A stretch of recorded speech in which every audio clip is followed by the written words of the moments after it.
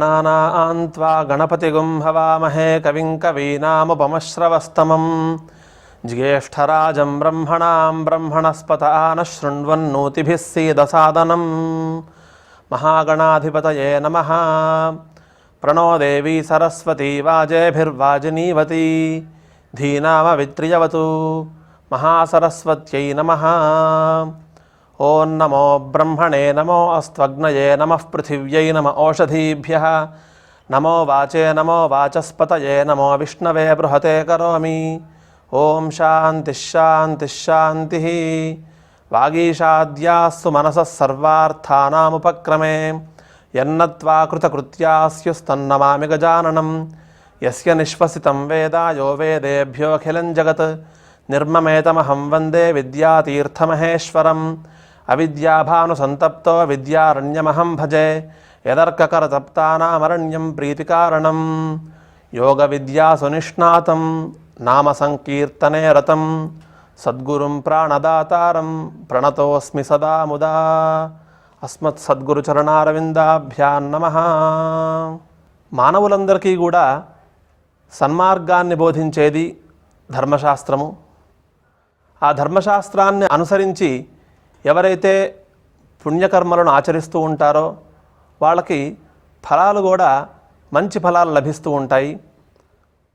ఆ ప్రకారంగా ధర్మాన్ని ఆచరిస్తూ ఉండాలి, అధర్మాన్ని విడిచిపెడుతూ ఉండాలి. ఈ ధర్మానికి మూలభూతమైనది వేదము. ఆ వేదము ఈ జగత్తు యొక్క సృష్టి ప్రారంభంలో పరమాత్మ యొక్క నిశ్వాస రూపములుగా ఆవిర్భవించినట్లుగా మనకి ఉపనిషత్తులు ఇతర ప్రామాణికమైనటువంటి గ్రంథాలన్నీ కూడా బోధిస్తున్నాయి. వేద శబ్దానికి సామాన్యమైనటువంటి బహుళంగా మనం ఎప్పుడు వినేటటువంటి అర్థాన్ని మనం చెప్పుకోవాలి అనంటే వేద శబ్దానికి జ్ఞానము అని అర్థము. ఎటువంటి జ్ఞానము అనంటే పరమాత్మ యొక్క స్వస్వరూపాన్ని బోధించేటటువంటి జ్ఞానము.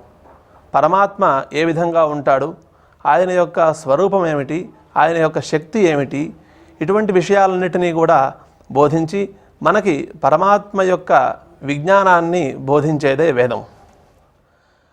ఆ జ్ఞానాన్ని ఎప్పుడైతే పొందుతారో తద్వారా వాడికి మోక్షం లభిస్తుందని మనకి శాస్త్రాలన్నీ కూడా బోధిస్తున్నాయి. ఈ వేదాలు అనేకంగా కనిపిస్తున్నాయి మనకి. ఋగ్వేదము, యజుర్వేదము, సామవేదము, అథర్వణ వేదము, ఇలా అనేక రకాలుగా వేదాలు కనిపిస్తున్నాయి. అందులో మొట్టమొదటిది ఋగ్వేదము. ఈ ఋగ్వేదంలో ఉన్నటువంటి మంత్రాలతో దేవతలందరినీ కూడా ఆహ్వానించేటటువంటి మంత్రాలు ఋగ్వేదంలో మనకు కనిపిస్తాయి. రెండవది యజుర్వేదము. ఈ యజుర్వేదంలో యజ్ఞయాగాది క్రతువులకు సంబంధించినటువంటి విషయాలు, విధానాలు ఇవన్నీ కూడా మనకి యజుర్వేదంలో కనిపిస్తాయి. ఆ తర్వాత దేవతలు సామగానానికి బాగా ఇష్టపడుతూ ఉంటారని ఆ సామగానం మనకి సామవేదం ద్వారా మనకి తెలియజేస్తుంది. ఆ సామవేదంలో చెప్పినటువంటి రుక్కుల్ని గానం చేయటం వల్ల దేవతలందరూ కూడా తృప్తి పడతారు. ఆ తర్వాత అథర్వణ వేదము. అథర్వణ వేదంలో అనేక విశేషమైనటువంటి మంత్రాలన్నీ కూడా మనకు కనిపిస్తాయి. ఈ విధమైనటువంటి వేద రాశిలో మనం ప్రస్తుతం యజుర్వేదానికి సంబంధించినటువంటి కొన్ని మంత్రాలని, ఆ మంత్రాల్లో ఉన్నటువంటి విశేషాలని మనం తెలుసుకోవటానికి మనమందరం కూడా కలుసుకున్నాం. అందులో యజుర్వేదంలో అనేక భాగాలు ఉన్నట్లుగా తెలుస్తోంది. ఈ భాగాలు సామాన్యంగా ప్రతి వేదంలో మనకు కనిపిస్తూ ఉంటాయి. సంహితా భాగమని, బ్రాహ్మణ భాగమని, ఆరణ్యక భాగమని, ఉపనిషద్ భాగమని. ఈ భాగాలలో మంత్రభాగమని, మళ్ళీ బ్రాహ్మణ భాగమని, ఇలా మరొక విభాగం కూడా ఉన్నది. మంత్రభాగంతో యజ్ఞయాగాది క్రతువులన్నీ కూడా చేయటం జరుగుతుంది. ఆ యజ్ఞయాగాది క్రతువులను ఈ బ్రాహ్మణ భాగము వివరించటం, తద్వారా వ్యాఖ్యానించటం, తద్వారా ఆ యజ్ఞముల యొక్క విశేషాలని మనకి సాక్షాత్తు వేదమే మనకి బోధిస్తూ ఉంటుంది. అందులో కృష్ణ యజుర్వేదానికి సంబంధించిన తైత్రీయ శాఖలో ఆరణ్యక భాగంలో మొట్టమొదటి ప్రశ్నలో మనకి కొన్ని మంత్రాలు మనకు కనిపిస్తాయి. ఆ మంత్రాలన్నీ కూడా సూర్యుడికి సంబంధించిన మంత్రాలుగా మనకు కనిపిస్తాయి. ఆ మంత్రాలన్నిటినీ కూడా అరుణ మంత్రాలని, అరుణ ప్రశ్న అని ఇటువంటి పేర్లతో మనం లోకంలో వింటూ ఉంటాం. లోకంలో మానవులందరూ కూడా బాగా ఎక్కువగా కోరుకునేటటువంటిది ఆరోగ్యం. ఈ ఆరోగ్యం ఎప్పుడైతే స్థిరంగా ఉంటుందో అప్పుడు ఈ శరీరంతో మనం ఏదైనా పని చేయాలన్నా కూడా అప్పుడు ఈ శరీరం మనకి సహకరిస్తూ ఉంటుంది. ఆరోగ్యం లేనిదే మనం ఏ పని చేయలేం. అటువంటి ఆరోగ్యాన్ని ఇచ్చేటటువంటి దేవుడు సూర్య భగవానుడు. ఆయన మనకి ప్రతిరోజు కూడా ఆకాశంలో దర్శనమిస్తూ మనల్ని అనుగ్రహిస్తూ ఉంటాడు. ఆయనే సాక్షాత్తు శ్రీమన్నారాయణ స్వరూపుడని, ధ్యేయస్సదా సవితృమండల మధ్యవర్తి నారాయణ సరసిజాసన సన్నివిష్ట కేయూరవాన్ మకరకుండలవాన్ కిరీటీహారి హిరణ్మయవపుర్ధృత శంఖచక్ర అని ఆ సూర్యభగవాను ధ్యానించే శ్లోకం మనకి తెలియజేస్తుంది. అలానే మరొక శ్లోకం కూడా నమస్సవిత్రే జగదేక చక్షుషే జగత్ప్రసూతి స్థితినాశహేతవే త్రయీ మయాయ త్రిగుణాత్మధారిణే విరించి నారాయణ శంకరాత్మనే అని ఆ శ్లోకంలో సూర్యభగవానుడు త్రిమూర్తి స్వరూపుడని, 3 వేదాల స్వరూపుడని మనకి ఆ శ్లోకంలో తెలుస్తోంది. నమస్సవిత్రే జగదేక చక్షుషే జగత్ప్రసూతి స్థితినాశహేతవే, ఈ జగత్తుని సృష్టించటం, అలానే ఈ జగత్తుని పరిపాలించటం, అలానే ఈ జగత్తుని సంహారం చేయటం, ఈ 3 పనులు కూడా ఆ సూర్యభగవానుడే చేస్తున్నాడని, అలానే త్రయీమయాయ ఆయన వేదస్వరూపుడు, ఇతి వేదాస్త్రయస్త్రయీ అని మనకి అమర నిఘంటువు చెప్పిన విధంగా ఋగ్వేద, యజుర్వేద, సామవేదములకు త్రయీ అని పేరు. ఈ 3 వేదాల యొక్క స్వరూపమే సూర్యభగవానుడు. త్రయీమయాయ త్రిగుణాత్మధారణే సత్వరజస్తమో గుణాలతో కూడినటువంటి వాడు. విరించి నారాయణ శంకరాత్మనే బ్రహ్మ విష్ణు మహేశ్వర స్వరూపుడైనటువంటి ఆ సూర్యభగవానుని కొరకు నమస్కారము అని మనకి ఆ శ్లోకంలో తెలుస్తోంది. ఆ సూర్యభగవానుడు ఎక్కడ ఉంటాడు? ఆ సూర్యభగవానునికి సంబంధించినటువంటి విశేషాలు ఏమిటి? మనకు కనిపించేటటువంటి ఆకాశంలో సూర్యుడు ఒక్కడే సూర్యుడా, లేక ఇంకా ఎవరైనా ఉన్నారా? ఆ సూర్యభగవానుని వల్ల ఈ జగత్తంతా కూడా ఎలా నడుస్తోంది అనే విషయాలను మనకి ఈ అరుణ ప్రశ్న మనకి బాగా తెలియజేస్తుంది. ప్రధానంగా సూర్యభగవానుని వల్లే ఈ జగత్తంతా కూడా నడుస్తోంది అని మనకి ప్రధానంగా చెబుతుంది ఈ అరుణ ప్రశ్న. ఈ అరుణ ప్రశ్నలో ఉన్నటువంటి మంత్రాలన్నీ కూడా ఆరుణకేతుక చయనము అనేటటువంటి ఒకానొక యాగంలో వినియోగింపబడుతూ ఉంటాయి. ఈ అరుణ మంత్రాలన్నిటినీ కూడా ఉచ్చరించి ఆ యాగంలో ఇష్టకోపధానాలు, అలానే హోమాలు, అటువంటి అనేక క్రతువులన్నీ కూడా చేస్తూ ఉంటారు. మనం ఆ యాగంలో మనం ఆలోచించినట్లయితే ఈ మంత్రాలతో ఏం చేస్తారో అని ఆలోచించినట్లయితే ఇష్టకలను ఉపధానం చేస్తారు. ఇష్టకోపధానం అనగా ఇటుకలను అక్కడ పేర్చటం. మామూలుగా యజ్ఞాలలో సోమయాగమని, వాజపేయమని అనేక యజ్ఞాలు ఉన్నప్పటికీ మహాగ్ని చయనం అనేది ఒకానొక విశేషమైనటువంటి యజ్ఞం. ఆ యజ్ఞంలో ఇటుకలను ఒకచోట గరుడపక్షి ఆకారంలో పేర్చి అక్కడ అగ్నిని స్థాపించి ఆ అగ్నిలో హోమం చేయటం అనేది మనకి వేదం బోధించినటువంటి క్రతు విశేషం. దానికి సంబంధించినటువంటి అనేక చయనాలలో సావిత్ర చయనము, నాచికేత చయనము, చాతుర్హోత్ర చయనము, వైశ్వసృజ చయనము, ఆరుణకేతుక చయనము అనేటటువంటి 5 చయనాలు మనకి కనిపిస్తున్నాయి వేదంలో. వీటినే పంచకాఠకాలు అని కూడా పిలుస్తూ ఉంటారు. ఎందుకు ఈ పేరు వచ్చింది అనంటే కఠమహర్షి చేత దర్శింపబడినవి కాబట్టి ఈ భాగాలన్నిటికీ కూడా కాఠకములు అనే పేరు వచ్చింది.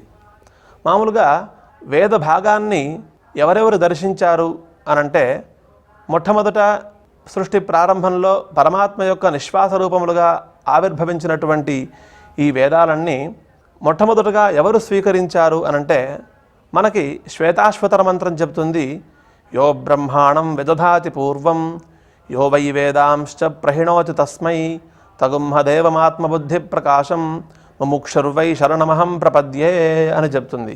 సృష్టి ప్రారంభంలో పరమాత్మ ఈ జగత్తుని సృష్టించడానికి ముందర హిరణ్యగర్భుడిని సృష్టించాడని, ఆయన్ని సృష్టించి ఆయన నుండి లీలా విశేషంగా అప్రయత్నంగా వచ్చినటువంటి ఈ వేదాలన్నిటినీ కూడా ఆ హిరణ్యగర్భుడికి అందించాడని మనకి ఆ మంత్రంలో తెలుస్తోంది.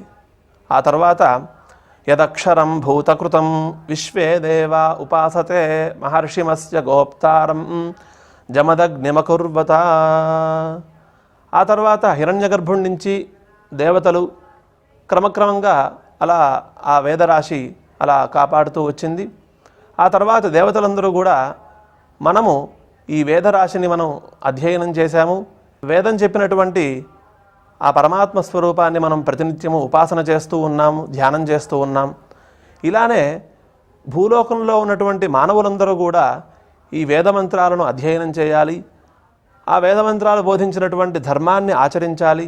అలానే వేదమంత్రాల్లో చెప్పినటువంటి పరమాత్మ యొక్క స్వరూపాన్ని వాళ్ళు కూడా తెలుసుకొని ఆ పరమాత్మని ఉపాసన చేసి వాళ్ళు కూడా మోక్షాన్ని పొందాలి అనేటటువంటి ఉత్తమమైన భావనతో దేవతలందరూ కూడా, ఇంద్రాది దేవతలందరూ కూడా కలిసి జమదగ్ని మొదలైనటువంటి మహర్షులందరినీ కూడా ఆహ్వానించి, ఓ మహర్షులారా, మేము ఈ విధంగా సంకల్పించాము, పరమాత్మ నుండి నిశ్వాస రూపములుగా వచ్చినటువంటి వేదాలన్నిటినీ కూడా మీరు మీ శిష్య పరంపర ద్వారా మానవులందరికీ కూడా అందించండి అని వాళ్ళు చెప్పగా, జమదగ్ని మొదలైనటువంటి మహర్షులందరూ కూడా వారి శిష్యులకి ఆ వేద రాశిని బోధించి తద్వారా ఈరోజు వరకు ఆ వేదవాంగ్మయం అనేది మనకి లభిస్తూ ఉన్నది. ఆ వేదవాంగ్మయాన్ని దర్శించినటువంటి మహాత్ములు అనేక మంది ఉన్నారు. వేదంలో సంహిత, బ్రాహ్మణము, ఆరణ్యకము ఇట్లా అనేక భాగాలు ఉన్నాయని మనం చెప్పుకున్నాం. ఆ భాగాలన్నిటినీ కూడా మహర్షులు దర్శించారని కూడా మనం చెప్పుకున్నాం. ఏ మహర్షి ఏ భాగాన్ని దర్శించారో ఆ భాగానికి ఆ మహర్షి పేరుతో ఆ భాగం వ్యవహరింపబడుతూ ఉంటుంది. ఉదాహరణగా సోముడు అనే మహర్షి దర్శించినటువంటి భాగాన్ని సౌమ్యకాండాన్ని, అలానే అగ్నికాండాన్ని, ఇలా అనేక రకాలుగా వ్యవహారం కనబడుతోంది. ఈ అరుణ మంత్రాలకు సంబంధించిన భాగము అరుణ మహర్షి దర్శించాడు కాబట్టి ఈ మంత్రాలకి అరుణ మంత్రాలు అనే పేరు కూడా వచ్చింది. అరుణాః కాండ ఋషయః అని ఈ మంత్రాల్లో మనకు కనబడుతుంది. అందువలన ఈ మంత్రాలన్నిటినీ కూడా అరుణ మంత్రాలని, అరుణ ప్రశ్న అని, అరుణ భాష్యం అని కూడా అంటూ ఉంటారు. అలానే సూర్యుడికి సంబంధించిన పేర్లలో అరుణుడు అనే పేరు కూడా ఉన్నది. ఆ సూర్యుడికి సంబంధించిన విషయాలు ప్రధానంగా ఈ అరుణ ప్రశ్నలో చెప్పబడతాయి కాబట్టి ఈ ప్రశ్నని అరుణ ప్రశ్న అనే వ్యవహారం కూడా ఈ ప్రశ్నకు వచ్చింది. ఈ అరుణ మంత్రాలకి అనేక నియమాలు ఉన్నాయి. ఎందుకంటే ఇవి స్వరయుక్తంగా పరమాత్మ నిశ్వాస రూపములుగా వచ్చినవి కాబట్టి, ఇవి అపౌరుషేయములు కాబట్టి వీటికి కొన్ని నియమాలని మనకి శాస్త్రాలు బోధించినాయి. అంటే ఈ మంత్రాలని ఉచ్చరించేటప్పుడు, ఈ మంత్రాలని అధ్యయనం చేసేటప్పుడు ఆ నియమాలని అనుసరించి కనుక మనం ఈ మంత్రాలని అధ్యయన క్రమంలో ఉచ్చరించినట్లయితే మనకి అనుకున్నటువంటి ఫలాలన్నీ కూడా మనకి తప్పకుండా లభిస్తాయని మనకి కనిపిస్తోంది. మొట్టమొదటగా ఈ అరుణ మంత్రాలకు సంబంధించినటువంటి నియమాలలో శాంతి పాఠం అనేది ఒకటి కనిపిస్తోంది. ఈ మంత్రాలను మనం ఉచ్చరించాలంటే శాంతి మంత్రాలను మనం ఉచ్చరించి ఆ తర్వాత ఆ మంత్రాలలోకి మనం వెళ్ళాలి. ఆ సంప్రదాయాన్ని అనుసరించి ముందుగా శాంతి మంత్రాన్ని మనం చెప్పుకొని ఆ తర్వాత అందులోకి ప్రవేశిద్దాం. ఓం భద్రం కర్ణేభిః శృణుయామ దేవాః భద్రం పశ్యేమాక్షభిర్యజత్రాః స్థిరైరంగైస్తుష్టువాగుంసస్తనూభిః వ్యశేమ దేవహితం యదాయుః స్వస్తి న ఇంద్రో వృద్ధశ్రవాః స్వస్తి నః పూషా విశ్వవేదాః స్వస్తి నస్తార్క్ష్యో అరిష్టనేమిః స్వస్తి నో బృహస్పతిర్దధాతు. ఓం శాంతి శాంతి శాంతి. ఈ ఆరణ్యక భాగానికి సంబంధించిన అనేక ప్రశ్నలకి అనేక శాంతి మంత్రాలు మనకు కనబడుతున్నాయి. అందులో ఈ అరుణ ప్రశ్నకి సంబంధించిన శాంతి మంత్రం మనం ఇప్పుడు చెప్పుకున్నాం. ఈ శాంతి మంత్రం కూడా అరుణ మంత్రాల్లో భాగంగా కనబడుతోంది. కాబట్టి ముందుగా ఆ శాంతి మంత్రాల యొక్క అర్థాన్ని మనం తెలుసుకొని ఆ తర్వాత మిగతా మంత్రాల యొక్క అర్థాన్ని మనం తెలుసుకునే ప్రయత్నం చేద్దాం. ఇక్కడ ఆరుణకేతుక చయనంలో విశేషం ఏంటంటే ఇతర క్రతువుల్లో చెప్పినట్లుగా ఇష్టకోపధానం అనేది ఇందులో కనబడదు. ఇక్కడ ఇష్టకోపధానం ఎలా చేస్తారు అనంటే నీళ్లతోనే ఇష్టకోపధానం చేస్తారు. ఇటుకలతో ఉపధానం అంటే మనకి అనుభవ సిద్ధం. మనకి నీళ్లతో ఉపధానం అంటే అది ఎలా చేస్తారు అనంటే ఒక కుండల్లో చిన్న చిన్న మట్టి పాత్రల్లో నీళ్లు నింపి ఆ మట్టి పాత్రలతో కలిపి అక్కడ ఉపధానం చేస్తూ ఉంటారు సౌకర్యం కోసం. ఆ ఉపధానం చేసేటప్పుడు మంత్రాలను ఉచ్చరించి ఉపధానం చేస్తూ ఉంటారు. ఆ మంత్రాలు ఈ విధంగా ఉన్నాయి. భద్రం కర్ణేభిశృణుయామదేవాః. ప్రారంభంలో దేవతలని ప్రార్థిస్తున్నట్లుగా ఈ మంత్రాల్లో కనబడుతోంది. ఓ దేవతల్లారా, మేము మా శ్రవణేంద్రియములతో, మా చెవులతో మేము ఎప్పుడూ కూడా మంగళకరమైనటువంటి శబ్దాన్ని వింటూ ఉండాలి. ఎవరు అనంటే ఈ వేదమంత్రాలని బోధించేటటువంటి గురువు, గురువు ద్వారా వినేటటువంటి శిష్యుడు, అలాగే అనుష్ఠాన క్రమంలోకి మనం ప్రవేశించి చూసినట్లయితే ఋత్విక్కులు ఈ మంత్రాలను ఉచ్చరిస్తూ ఉంటారు. యజమానుడు ఆ మంత్రాలన్నింటినీ కూడా వింటూ ఉంటాడు. ఇలా మా అందరి శ్రోత్రేంద్రియముల చేత ఎల్లప్పుడూ కూడా మంగళకరమైనటువంటి శబ్దాన్ని వింటూ ఉండాలి మేము. ఇక్కడ మంగళకరమైనటువంటి శబ్దం ఏమిటి అనంటే వేదవాక్యములే ఇక్కడ మంగళకరమైనటువంటి శబ్దములు. ఎందుకు అనంటే ఆ వేదమంత్రాలను మనం వినటం వల్ల మనకి మంగళం కలుగుతుంది. మన దగ్గర ఉన్నటువంటి సకల దోషాలు తొలగిపోయి అమంగళాలన్నీ కూడా దూరమైపోయి సమస్త మంగళాలన్నీ కూడా మనకి లభిస్తాయని ఈ మంత్రం ద్వారా తెలుస్తోంది. అందువల్ల ఇక్కడ ప్రారంభంలో దేవతల్ని ప్రార్థించారు. మా చెవులతో మేము ఎప్పుడూ కూడా మంగళాలను వింటూ ఉండాలి. అలాగే భద్రం పశ్యేమాక్షభిర్యజత్రాః. మేము మా చక్షురింద్రియములతో ఎల్లప్పుడూ కూడా మంగళకరమైనటువంటి దృశ్యాన్నే చూస్తూ ఉండాలి మేము. అంతేకాక అమంగళకరమైనటువంటి దృశ్యాలను చూడటం, భయంకరమైనటువంటి దృశ్యాలను చూడటం, అటువంటి దుస్థితి మాకు రాకూడదు. ఎల్లప్పుడూ కూడా మంగళకరమైనటువంటివి యజ్ఞయాగాది క్రతువులు, దేవతలకు సంబంధించిన పూజాది కార్యక్రమాలు, ఇవే మేము ఎల్లప్పుడూ కూడా మా కళ్ళతో మేము చూస్తూ ఉండాలి అని ప్రార్థిస్తున్నారు. అలాగే స్థిరైరంగైస్తుష్టువాగుంసస్తనూభిః యశేమ దేవహితంయదాయుః. మా శరీరంలో ఉన్నటువంటి అవయవాలన్నీ కూడా సక్రమంగా ఉండాలి, ఎటువంటి వైకల్యం లేకుండా ఉండాలి.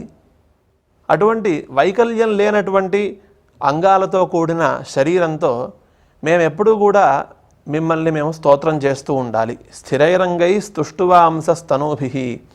మేము ఎప్పుడూ కూడా మా వాక్కులతో మిమ్మల్ని స్తోత్రం చేస్తూ ఉండాలి. వ్యశేమ దేవహితంయదాయుః. బ్రహ్మదేవుడు ప్రతి జీవికి ఇచ్చినటువంటి ఆయుర్దాయము మేము సంపూర్ణంగా పొందాలి. సంపూర్ణమైనటువంటి ఆయుర్భాగ్యాన్ని పొంది మేము జీవించినంతకాలము మిమ్మల్ని స్తోత్రం చేస్తూ ఉండాలి. ఈశ్వరుడికి సంబంధించిన ప్రార్థనా విశేషాలలో కూడా భగవత్పాదులు శివానందలహరి స్తోత్రంలో ఒక చోట చెప్తారు, ఓ పరమేశ్వర, నిన్ను స్తోత్రం చేయాలంటే నా వాక్కు పనిచేయాలి, నీకు పూజ చేయాలంటే నా చేతులు పనిచేయాలి, ఇలా నా శరీరంలో ఉన్నటువంటి అవయవాలన్నీ కూడా పనిచేస్తూ ఉండాలి. ఎల్లప్పుడూ కూడా నిన్ను సేవించాలి అనే ఉద్దేశ్యం ఉన్నది. ఈ అవయవాలన్నిటికీ కూడా ప్రతిబంధకాలు లేకుండా ఉండాలి అని ప్రార్థించారు. ప్రతిబంధకాలు లేనటువంటి నీ సేవాభాగ్యాన్ని నాకు అనుగ్రహించు అని ప్రార్థించారు. అలాగే ఇక్కడ ఈ వేదమంత్రంలో స్థిరైరంగైస్తుష్టువాగుంసస్తనూభిః, వైకల్యం లేనటువంటి అవయవాలతో కూడిన శరీరంతో మేము ఎప్పుడూ కూడా మిమ్మల్ని స్తోత్రం చేస్తూ ఉండాలి, మిమ్మల్ని పూజిస్తూ ఉండాలి. తద్వారా మీ యొక్క అనుగ్రహంతో మేము సంపూర్ణమైనటువంటి ఆయుర్భాగ్యవంతులుగా ఉండాలి అని ఈ మొదటి మంత్రంలో మనకి ఆ ప్రార్థన కనిపిస్తోంది. ఆ తర్వాత మరో మంత్రం స్వస్తి న ఇంద్రో వృద్ధశ్రవాః స్వస్తి నః పూషా విశ్వవేదాః స్వస్తి నస్తార్క్ష్యో అరిష్టనేమిః స్వస్తి నో బృహస్పతిర్దధాతు అని. ఈ మంత్రంలో కూడా దేవతల్ని ప్రార్థించే ప్రార్థన కనబడుతోంది. స్వస్తిన ఇంద్రో వృద్ధశ్రవాః, దేవేంద్రుడు మాకు క్షేమాన్ని అనుగ్రహించుగాక. అలానే స్వస్తినః పూషా విశ్వవేదాః, పూషదేవత మాకు ఎల్లప్పుడూ కూడా క్షేమాన్ని అనుగ్రహించుగాక. స్వస్తి నో బృహస్పతిర్దధాతు, స్వస్తి నస్తార్క్ష్యో అరిష్టనేమిః, గరుత్మంతుడు కూడా మమ్మల్ని అనుగ్రహించుగాక, బృహస్పతి కూడా మమ్మల్ని క్షేమంగా అనుగ్రహించుగాక అని సామాన్యంగా ఈ మంత్రంలో అర్థం కనబడుతోంది. అస్మత్ శ్రీ గురుచరణారవిందాభ్యాం నమో నమః. స్వస్తిన ఇంద్రో వృద్ధశ్రవాః, స్వస్తి నః పూషా విశ్వవేదాః, స్వస్తి నస్తార్క్ష్యో అరిష్టనేమిః, స్వస్తి నో బృహస్పతిర్దధాతు అని. ఈ మంత్రంలో కూడా దేవతల్ని ప్రార్థించే ప్రార్థన కనబడుతోంది. స్వస్తిన ఇంద్రో వృద్ధశ్రవాః, దేవేంద్రుడు మాకు క్షేమాన్ని అనుగ్రహించుగాక. అలానే స్వస్తినః పూషా విశ్వవేదాః, పూషదేవత మాకు ఎల్లప్పుడూ కూడా క్షేమాన్ని అనుగ్రహించుగాక. స్వస్తి నో బృహస్పతిర్దధాతు, స్వస్తి నస్తార్క్ష్యో అరిష్టనేమిః, గరుత్మంతుడు కూడా మమ్మల్ని అనుగ్రహించుగాక, బృహస్పతి కూడా మమ్మల్ని క్షేమంగా అనుగ్రహించుగాక అని సామాన్యంగా ఈ మంత్రంలో అర్థం కనబడుతోంది. వీళ్ళందరికీ కూడా ఈ నలుగురు దేవతలకి ఒక విశేషణం శృతి చెప్పింది. ఏమిటంటే స్వస్తిన ఇంద్రో వృద్ధశ్రవాః, దేవేంద్రుడు వృద్ధశ్రవుడు అంటే మహాత్ముల చేత ఎల్లప్పుడూ కూడా పురాణాదుల్లో కీర్తింపబడేవాడు. ఈ దేవేంద్రుని యొక్క వృత్తాంతం మనకి ప్రతి పురాణంలో కనబడుతుంది. వృత్రాసురుణ్ణి సంహరించాడని, తద్వారా దేవేంద్రుడు స్వర్గలోకాన్ని రక్షించాడని అనే విషయం మనకి ప్రతి పురాణంలో మనకి వినబడుతుంది, కనబడుతుంది. అటువంటి పురాణంలో చెప్పిన విషయాలు మహాత్ములు, పండితులు, విద్వాంసులందరూ కూడా పురాణ ప్రవచనాలలో ఆయా విషయాలన్నిటినీ కూడా బోధిస్తూ ఉంటారు. కాబట్టి తద్వారా ప్రతి పురాణంలో ఆయన వినబడుతూ ఉంటాడు. కాబట్టి ఆయనకి వృద్ధశ్రవాః అనే పేరు వచ్చింది. ఆ వృద్ధశ్రవాః అనే విశేషణంతో శృతి ఈ మంత్రంలో చెప్పింది. స్వస్తిన ఇంద్రో వృద్ధశ్రవాః, ఇక స్వస్తినః పూషా విశ్వవేదాః, ఇక పూషదేవత విశ్వవేదాః, పూషదేవత సమస్తము తెలిసినటువంటి దేవత. అటువంటి పూషదేవత మాకు క్షేమాన్ని అనుగ్రహించుగాక అని. స్వస్తి నస్తార్క్ష్యో అరిష్టనేమిః, గరుత్మంతునికి అరిష్టనేమిః అనే విశేషణం ఇక్కడ ఈ మంత్రంలో కనబడుతోంది. అరిష్టం అనగా హింస, అహింస. ఈ అరిష్ట శబ్దము అనేక అర్థాల్లో మనకి కనబడుతోంది. మనకి కలిగినటువంటి హింసను దూరం చేసేవాడు గరుత్మంతుడు. ఎలా అయితే ఒక బండి యొక్క చక్రము చెక్కలతో నిర్మించబడిన తర్వాత ఆ చక్రము ధ్వంసం కాకుండా, విరిగిపోకుండా ఉండటానికి చుట్టూత ఇనుముతో ఒక చట్రాన్ని నిర్మిస్తారు. దాన్ని నేమి అని అంటారు. అది ఆ చక్రాన్ని కాపాడుతూ ఉంటుంది ధ్వంసం కాకుండా. ఆ విధంగా మనకి కలిగినటువంటి హింసలన్నిటినీ కూడా దూరం చేసి ఎటువంటి హింస మనకి కలగకుండా చూసేవాడు ఆ గరుత్మంతుడు. ఎందుకు ఈ గరుత్మంతుడిని ప్రార్థించటము అనంటే, సర్పముల వలన మనకి కలిగేటటువంటి హింసలన్నీ కూడా దూరమైపోవాలి అనే ఉద్దేశ్యంతో ఇక్కడ సర్పములకు గరుత్మంతుడికి విరోధము. అందువలన గరుత్మంతుడిని ప్రార్థించినట్లయితే ఆ సర్పబాధ నుండి కూడా మనం బయటపడతాము. సర్పముల వలన కలిగే మనకి బాధలు ఏవి ఉండవు అనే ఉద్దేశ్యంతో ఇక్కడ గరుత్మంతుడిని ప్రార్థించింది వేదం. స్వస్తి నస్తార్క్ష్యో అరిష్టనేమిః, స్వస్తి నో బృహస్పతిర్దధాతు. బృహస్పతి అనగా దేవగురువు, ఆయన మనకి క్షేమాన్ని కలిగించుగాక అని ఈ శాంతి మంత్రాల యొక్క అర్థం ఈ విధంగా మనకు కనబడుతోంది. ఆ తరువాత మంత్రం ఈ విధంగా ఉన్నది. ఆపమాపామపస్సర్వాః అస్మాదస్మాదితో ముతః అగ్నిర్వాయుశ్చ సూర్యశ్చ సహసంచ స్కరర్ధియా అని. వేదము ఈ మంత్రాల ద్వారా ఉదకముల యొక్క మహిమని బోధిస్తోంది. అంటే నీరు అనేది పంచభూతాలలో ఒకటి. ఈ నీటి వల్ల జగత్తులో ఉన్నటువంటి ప్రాణివర్గానికి ఎటువంటి ప్రయోజనం ఉన్నది, ఈ నీటి వల్ల ఎటువంటి మేలు జరుగుతుంది, ఈ ఉదకములు ఏ విధంగా ఈ ప్రజలందరినీ కూడా రక్షిస్తూ ఉంటాయి అనే విషయాలు మనకి ఈ మంత్రముల ద్వారా శృతి బోధిస్తోంది. అందులో ఆపమాపామపస్సర్వాః అస్మాదస్మాదితోముతః అగ్నిర్వాయుశ్చ సూర్యశ్చ సహసంచ స్కరర్ధియా. అందులో ఏం కనబడుతోందంటే, నేను ఈ ప్రపంచంలో ఉన్నటువంటి సమస్తమైనటువంటి ఉదకాలన్నిటినీ కూడా పొందాను నేను. అంటే గోదావరి, కృష్ణ, కావేరి, గంగా, ఇలా ఈ మన భారతదేశంలో అనేక నదులు ఉన్నాయి. ఆ నదుల్లో ఉన్నటువంటి నీటిని నేను పొందాను అని అంటున్నారు. అస్మాదస్మాదితోముతః, ఆయా నదుల్లో ఉన్నటువంటి నీటిని సంగ్రహించాను. అలానే భూలోకంలో ఉన్నటువంటి నీటిని, అలానే ద్యులోకంలో స్వర్గలోకంలో ఉన్నటువంటి నీటిని కూడా నేను సంగ్రహించాను అని అంటున్నారు. అది ఎట్లా సంగ్రహించారు అనంటే, మామూలుగా వర్షం అనేది స్వర్గలోకం నుండి భూలోకంలోకి పడుతుంది. ఆ వర్షం పడిన తర్వాతే భూలోకంలో ఉన్నటువంటి నదులు, చెరువులు ఇవన్నీ కూడా నిండుతాయి. తద్వారా ఆ స్వర్గలోకంలో ఉన్నటువంటి వర్షాన్ని సంగ్రహించినట్టు అవుతుంది, భూలోకంలో ఉన్నటువంటి నీటిని సంగ్రహించినట్టు అవుతుంది. ఆ ఉద్దేశ్యంతో అస్మాదస్మాదితోముతః ఇక్కడ చెప్పడం జరిగింది. ఇవన్నీ కూడా ఏ దేవత యొక్క అనుగ్రహంతో మనం సంగ్రహించాము అనంటే, అగ్నిర్వాయుశ్చ సూర్యశ్చ సహసంచ స్కరర్ధియా.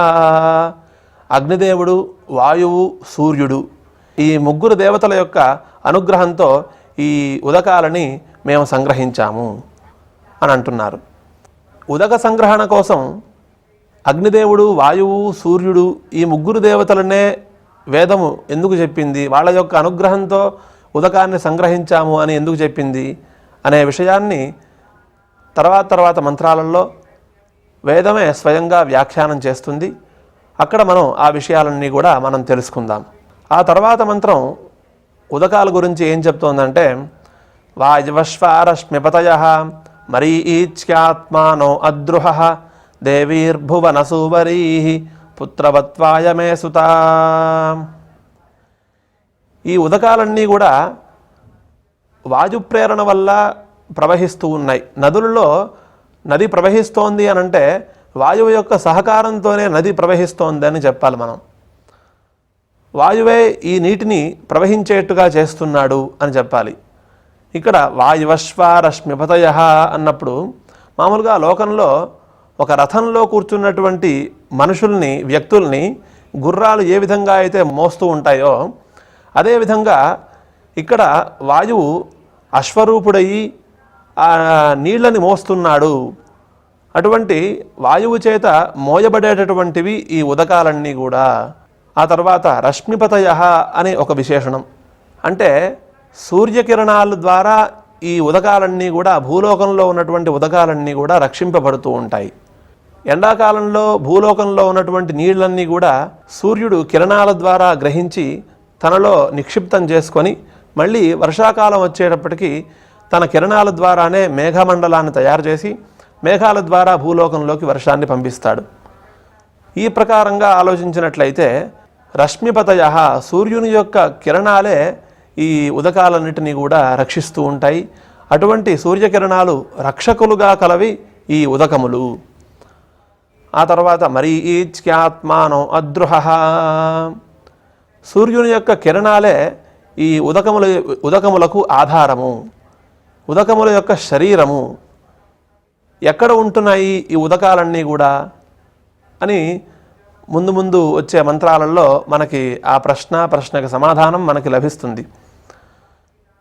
ఎండాకాలంలో కనపడకుండా పోయినటువంటి ఈ ఉదకాలన్నీ కూడా ఎక్కడ ఉంటున్నాయి, మళ్ళీ వర్షాకాలంలో ఎక్కడి నుంచి వస్తున్నాయి ఈ ఉదకాలన్నీ కూడా అనంటే సూర్యుడిలోనే నిక్షిప్తమై ఉంటున్నాయి. ఆ తర్వాత వర్షాకాలంలో మళ్ళీ వస్తున్నాయి. కాబట్టి ఈ ఉదకాలకి ఆధారము సూర్యుని యొక్క కిరణాలు. అటువంటి సూర్యకిరణములే ఆధారములుగా కలవి ఈ ఉదకాలు.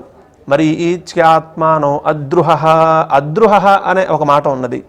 ఈ ఉదకాలు ఎవరికి హాని చేయవు, ఎవరిని ఇబ్బంది పెట్టవు, వాటి యొక్క సహజ స్వభావం అది. మరి కొన్ని చోట్ల వరదల్లో జనాలందరూ కూడా కొట్టుకుపోతూ ఉంటారే, అవన్నీ కూడా మనం చూస్తూనే ఉంటున్నాం. అటువంటి దృశ్యాలు మనం చూసినప్పుడు ఈ ఉదకాలు ద్రోహం చేయవు అనే మాట ఎలా కుదురుతుంది అనంటే, ఉదకాల యొక్క సహజ స్వభావం ఏమిటంటే చల్లగా ఉండటం, స్వచ్ఛంగా ఉండటం, ఎవరికి ద్రోహం చేయకుండా ఉండటం అనేటటువంటివి సహజమైనటువంటి గుణాలు. ఆ గుణాలనే ఇక్కడ శృతి బోధిస్తోంది. ఆ తర్వాత దేవీర్భువన సూవరీహి, స్వచ్ఛంగా ప్రకాశవంతంగా ఉంటూ ఉంటాయి, స్ఫటికంలాగా స్వచ్ఛమైనటువంటి కాంతితో ప్రకాశిస్తూ ఉంటాయి. భువన సూవరీహి, ఈ జగత్తులో ఉన్నటువంటి భూతజాతము సమస్త ప్రాణివర్గమును ఇవి ప్రేరేపిస్తూ ఉంటాయి. కాబట్టి భువన సూవరీహి అని చెప్పింది శృతి. ప్రాణివర్గాన్ని ప్రేరేపించడం ఎట్లా అనంటే, మనం మామూలుగా ఏదైనా ఒక కార్యం తలపెట్టినప్పుడు, దైవ కార్యం తలపెట్టినప్పుడు మనము ఉదకాలతో స్నానం చేస్తాం, నీళ్లతో స్నానం చేస్తాం. ఆ స్నానం చేయగా మనకి ఒకానొక శ్రద్ధాసక్తులు మన శరీరంలో ఉత్పన్నములవుతాయి. తద్వారా మనకి ఉత్సాహం లభిస్తుంది ఆ దైవ కార్యం చేయాలి అనేది. ఈ విధంగా ఉదకాలు మనలోకి ప్రవేశించి మనల్ని ప్రేరేపిస్తూ ఉంటాయి, మంచి పనులు చేయండి అని. అందువలన ఇక్కడ శృతి భువన సూవరీహి అని చెప్పింది. సమస్త ప్రాణివర్గాన్ని ప్రేరేపించేటటువంటివి ఉదకాలు అని చెప్పింది. అటువంటి ఉదకాలు పుత్రవత్వాయమే సుత, నేను సంతానవంతుడుగా ఉండే విధంగా ఆ ఉదకాలు నన్ను అనుగ్రహించుగాక అని ఇక్కడ ప్రార్థన. ఉదకాలకు సంబంధించినటువంటి అధిష్టాన దేవత ఎవరైతే ఉన్నారో ఆ దేవతని ప్రార్థిస్తున్నట్లుగా మనం అర్థం చెప్పుకోవాలి. అటువంటి ఆ దేవత యొక్క అనుగ్రహంతో నేను సంతానవంతుడిగా, అనేక పుత్రులు కలవాణ్ణిగా నేను అవ్వాలి అని ఈ మంత్రంలో ప్రార్థన కనబడుతోంది. ఆ తర్వాత మంత్రంలో మహానాం నీర్మహామానాః మహసో మహసస్వః దేవీః పర్జన్యసూవరీః పుత్రవత్వాయ మే సుతా. ఇంకా చెప్తూ వేదము మహానాంనీహి అని చెప్పింది ఉదకాల గురించి. ఈ ఉదకాలని ఆశ్రయించినట్లయితే మన అన్ని పనులు కూడా సక్రమంగా జరుగుతాయి. ఉదకాలు లేనిదే మనం ఏ పని చేయలేం. మనకి దాహం వేసినా ఉదకాలే కావాలి.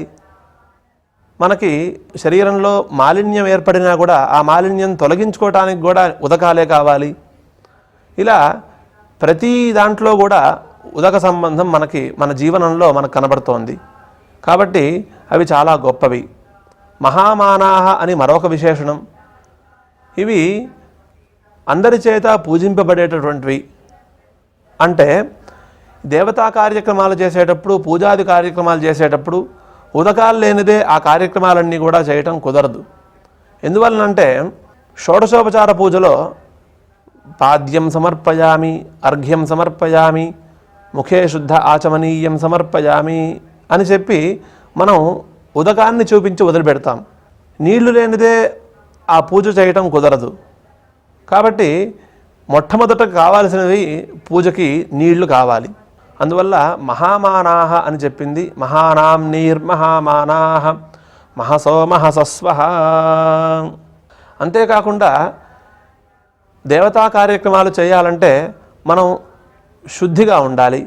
మన శరీరాన్ని పరిశుభ్రం చేసుకోవాలి.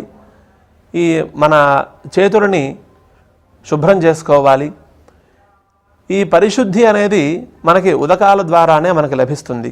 మరొక చోట వేదం అంటుంది, యో వై శ్రద్ధామనారభ్య యజ్ఞేన యజతే నాస్యేష్టాయ శ్రద్ధధతే అపః ప్రణయతి శ్రద్ధా వా ఆపహ అని అంటుంది. ఈ ఉదకములు శ్రద్ధకి కారణములు. ఈ ఉదకాలతో మనం స్నానం చేసినప్పుడు మనకి శ్రద్ధ కలుగుతుంది. మనం చేసేటటువంటి పని మీద ఒకానొక శ్రద్ధ, ఆసక్తి, ఉత్సాహము ఇవన్నీ కలుగుతాయి. ఇవన్నీ కలగటానికి కారణము ఉదకాలే. అందువల్ల ఇక్కడ మహసో మహసస్వహ, దేవతలకు సంబంధించినటువంటి పూజలన్నీ కూడా మీరు చేయండి, దేవతలకు సంబంధించిన యజ్ఞయాగాది క్రతువులన్నీ కూడా మీరు చేయండి అని ఆ ఉదకాలే మనల్ని ప్రేరేపిస్తూ ఉంటాయి. అందువల్ల అవి చాలా గొప్పవి అని చెప్పింది శృతి. అలానే దేవీ పర్జన్యసూవరీః, వర్షం రావటానికి కారణం కూడా అవే. వర్షం ఎక్కడి నుంచి వస్తుంది అని అంటే మేఘమండలం నుండి వర్షం కురుస్తుంది. ఆ మేఘమండలాన్ని కూడా ప్రేరేపించి ఎప్పుడు ఎలా వర్షం కురవాలో, ఏ సమయంలో వర్షం కురవాలో ఇవన్నీ కూడా ఈ ఉదకాలే ఆ మేఘాన్ని ప్రేరేపిస్తూ ఉంటాయి అని మనకి శృతి చెప్పింది. అటువంటి ఉత్తమమైనటువంటి ఉదకాలన్నింటినీ కూడా నేను ప్రార్థిస్తున్నాను. పుత్రవత్వాయమే సుత, నేను బహుపుత్రులు కలవాణ్ణిగా నన్ను ఆ అబ్దేవతలు అనుగ్రహించుగాక అని ప్రార్థించారు. ఇక్కడ ఈ 2 మంత్రములతో ఇష్టప్రాప్తి ప్రార్థన చేశారు. ఇష్టప్రాప్తి అనగా మనకి సుఖము, అనిష్టమనగా దుఃఖము. వేదము యొక్క నిర్వచనం చెప్పేటప్పుడు భాష్యకారులైనటువంటి సాయణాచార్యులు ఇష్టప్రాప్తి అనిష్ట పరిహారయో అలౌకికముపాయం యోగ్రంథో వేదగతి సవేద అని వేద శబ్దానికి నిర్వచనం చెప్పారు. అంటే మనకి కావలసినటువంటి సుఖము, దుఃఖము ఈ రెండిటికి సంబంధించినటువంటి లౌకికమైన ఉపాయాలు మనందరికీ తెలుసు. సుఖాన్ని మనం సుఖంగా జీవించాలంటే మనం ఏ విధంగా మనం ఉండాలి, ఏ వస్తువుల్ని మనం సంపాదించుకోవాలి, అలానే మనకి అనిష్టమైనటువంటి దుఃఖము, ఆ దుఃఖాన్ని తొలగించుకోవాలంటే ఆ దుఃఖం ఏ విధంగా పోతుంది, వాటికి సంబంధించినటువంటి లౌకికమైన ఉపాయాలు మనందరికీ తెలుసు. కానీ ఇదే సుఖ దుఃఖాలు నేను జన్మాంతరంలో కూడా సుఖంగా ఉండాలి, నేను దుఃఖాన్ని అనుభవించకూడదు అనేటటువంటి విషయము అలౌకికమైన విషయము.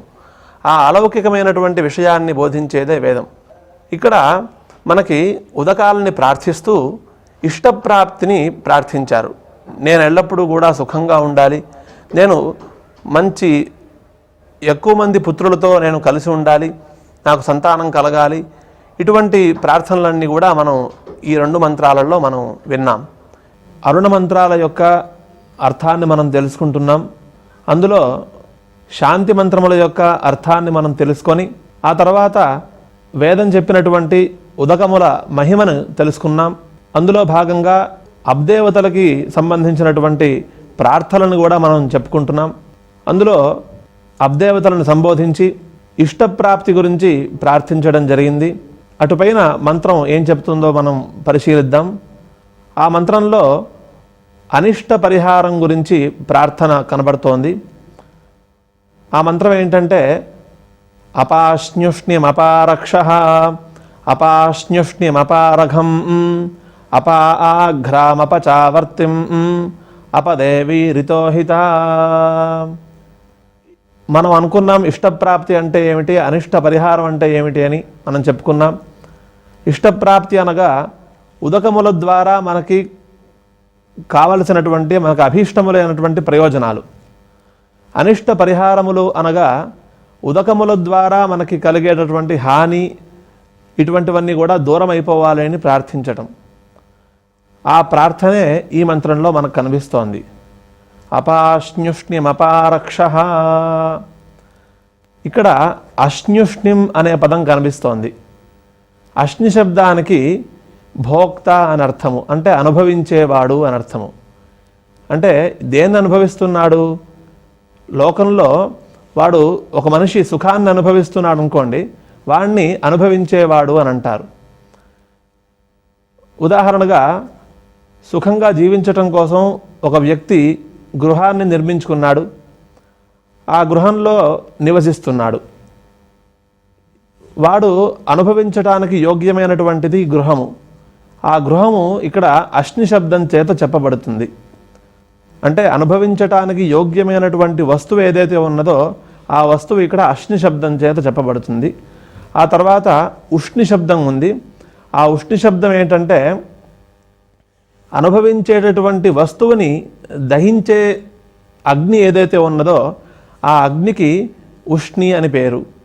ఈ విధంగా అనుభవించేటటువంటి వస్తువుని దహించేటటువంటి అగ్ని ఏదైతే ఉన్నదో ఆ అగ్నికి అపాశ్నుష్ణి అని పేరు. అగ్నులు అనేక రకాలుగా ఉన్నాయని వేదాల్లో అక్కడక్కడ మనకి కనిపిస్తూ ఉంటుంది. మనకి కనిపించేది మాత్రం ఒకటే నిప్పు కనిపిస్తూ ఉంటుంది మండుతున్నట్టుగా. కానీ ఆ అగ్నులు అనేకం ఉన్నారని, శ్రౌతాగ్ని అని, స్మార్తాగ్ని అని, ఇలా రకరకాలుగా ఉన్నటువంటి అగ్నుల గురించి వేదంలో చాలా చోట్ల ప్రస్తావన కనిపిస్తుంది. అందులో ఈ అనుభవించటానికి యోగ్యమైనటువంటి వస్తువుని దహించే అగ్ని ఎవరైతే ఉన్నారో ఆ అగ్నిని అపాశ్నుష్ణి అని అంటారు. అటువంటి ఆ అగ్నిని మా నుండి దూరం చెయ్యి అని ఆ అబ్దేవతలను సంబోధించి ప్రార్థన ఇది. అంటే ఏమిటి? ఆ అగ్ని వల్ల మాకు ఎటువంటి హాని జరగకూడదు. అలాగే అపారక్ష, రాక్షసుల వల్ల మాకు కలిగేటటువంటి బాధ, హాని ఇవన్నీ కూడా దూరం అయిపోవాలి. ఇక్కడ రాక్షసులు ఎవరు అనంటే మనకి ఉన్నటువంటి శత్రువులు ఎవరైతే ఉన్నారో వాళ్ళందరూ కూడా దూరం అయిపోవాలి. ఆ శత్రువులు అంతఃశత్రువులు కావచ్చు, బాహ్య శత్రువులు కూడా కావచ్చు. వాళ్ళందరూ కూడా దూరం అయిపోవాలి అని ప్రార్థన ఇక్కడ. ఆ తర్వాత అపాఘ్రాం అపచావర్తిం అపాశ్నుష్ణ్యమపారక్ష అపాశ్నుష్ణ్యమపారఘం. రెండోసారి కూడా మనకి అపాశ్నుష్ణ్యం అనే పదం కనిపిస్తోంది. ఇక్కడ రెండోసారి వచ్చినటువంటి ఈ పదానికి అర్థం ఏమిటంటే కర్మఫలాన్ని అనుభవించేటటువంటి వ్యక్తి ఎవరైతే ఉన్నారో వాడు భోక్త. ఆ భోక్తని కూడా దహించేటటువంటిది అగ్ని. ఆ అగ్నికి అపాశ్నుష్ణ్యం అని పేరు. ఇక్కడ రెండోసారి వచ్చినటువంటి అపాశ్నుష్ణి శబ్దానికి అటువంటి అర్థాన్ని మనం చెప్పుకొని అటువంటి అగ్నిని నా నుండి దూరం చేయండి అని అబ్దేవతలని ప్రార్థిస్తున్నారు ఇక్కడ. అపాశ్నుష్ణ్యం అపారక్ష అపాశ్నుష్ణ్యం అపారఘం అని. ఇక్కడ అగ్ని వ్యక్తిని దహించడం అంటే ఏమిటి అనంటే కొన్నిసార్లు శరీరంలో జ్వరానికి సంబంధించినటువంటి రోగాలు వచ్చి శరీరం అంతా కూడా బాగా మండిపోతూ ఉంటుంది. తద్వారా ఆ అగ్ని శరీరంలోకి ప్రవేశించి శరీరంలో ఉన్నటువంటి రసాన్ని, శక్తిని, బలాన్ని అంతటినీ కూడా లాగేస్తూ ఉంటాడు. అటువంటి అగ్నిని మా నుండి దూరం చేయండి అని ప్రార్థన. అంటే మాకు జ్వర సంబంధమైనటువంటి రోగాలు ఏవి రాకూడదు అని